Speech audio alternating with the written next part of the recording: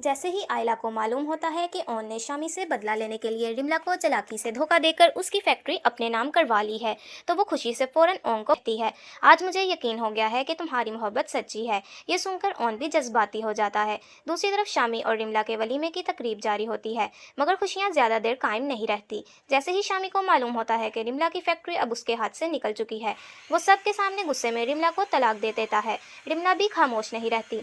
वो फारूक और अरफा को शामी का बड़ा राज बताने लगती है, लेकिन इससे पहले ही शामी गुस्से में आकर इस पर हमला कर देता है, जिससे रिमला बेहोश हो जाती है।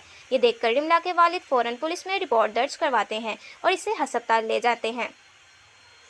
इधर डॉक्टर तलहा दोबारा जोया के लिए रिश्ता लेकर आता है। इसी दौरान राफे अपने दिल की बात ओम को बताता है कि वो जोया से सच्ची मोहब्बत करता है।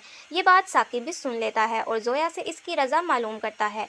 जोया फ़ौरन इस रिश्ते के लिए अपनी रजामंदी जाहिर कर देती है। ये सुनकर साकिब निकाह की तैयारियां शुरू कर देता है और मौलवी साहिब को भी बुला लेता है। इधर अस्पताल में होश आने के बाद रिमला पुलिस के साथ सीधी शामी के घर पहुंच जाती है, जहां इसी वक्त जोया और राफे का निकाह हो रहा होता है। रिमला सबके सामने शामी की हकीकत बेनकाब कर देती है।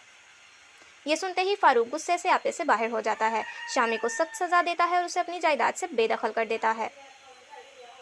शामी अपनी गलतियों पर शर्मिंदा होकर आयला से माफ़ी मांगता है, मगर आयला गुस्से में इसे एक ज़ोरदार थप्पड़ मारती है। इसी दौरान पुलिस भी रिमला पर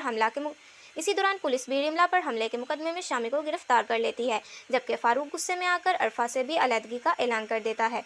बाद में ओन फराग दिली का मुजाहिरा करते हुए फारूक की फैक्ट्री दोबारा इसके हवाले कर देता है, जिस पर बीजान बहुत खुश होती हैं। जोया और राफे के निकाह के बाद रुखसती हो जाती है और घर पहुंचकर राफे जोया को हीरे की अंगूठी तोहफे में देता है। इसी दौरान ओम की कॉल आती है। वो घबरा कर बताता है कि आयला की तबीयत अचानक खराब हो गई है और सबको फौरन अस्पताल पहुंचने का कहता है।